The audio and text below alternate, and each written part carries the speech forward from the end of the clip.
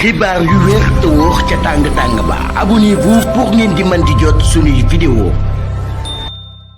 daleen ak jàmm seen chaîne bi di Buzz 221 HD kii di Ousmane Sonko ginnaaw ba mu fi daan jàppante kii di Barthélémy Dias mbir moomee amoon na ay conséquences ci jëmm kii di Barthélémy Dias waaye tamit lu mu tàmbale di jàppante moom ak son excellence président Bassirou Diomaye Diakhar Faye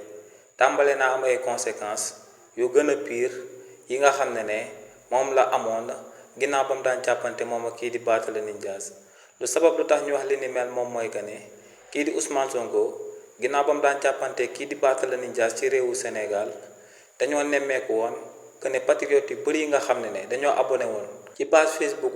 Barthélémy Dias ñoom ñëpp dañoo amoon aku campagne de désabonnement li ni mel nag moom moo sababoon kookee di Barthélémy Dias ñàkkoon ay abonné yu bëree bëri waaye nag waa parti bii di Pastef ginnaaw bañ amalee li ni mel ba noppi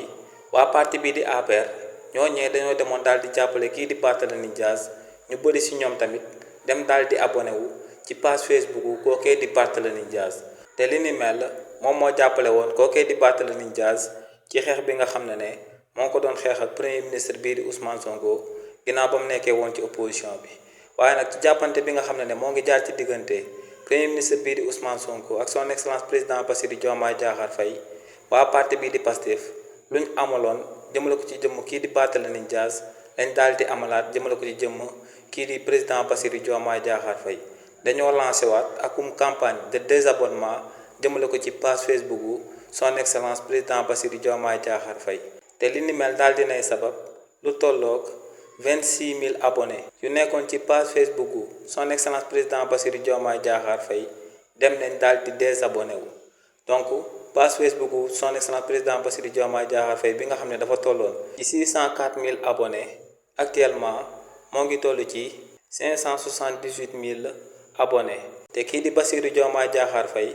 amul benn parti politique amul benn entité politique bi nga xam ne nekk na ci réewu Sénégal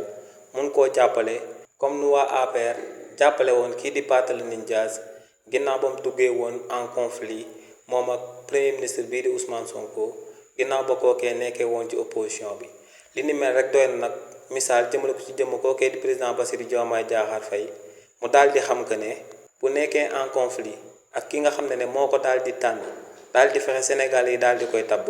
moom rek moom mooy nekk principal perdant bi. xibaar yu wér te wóor ca tàng ba abonnez-vous pour ngeen di mën di jot suñuy vidéo.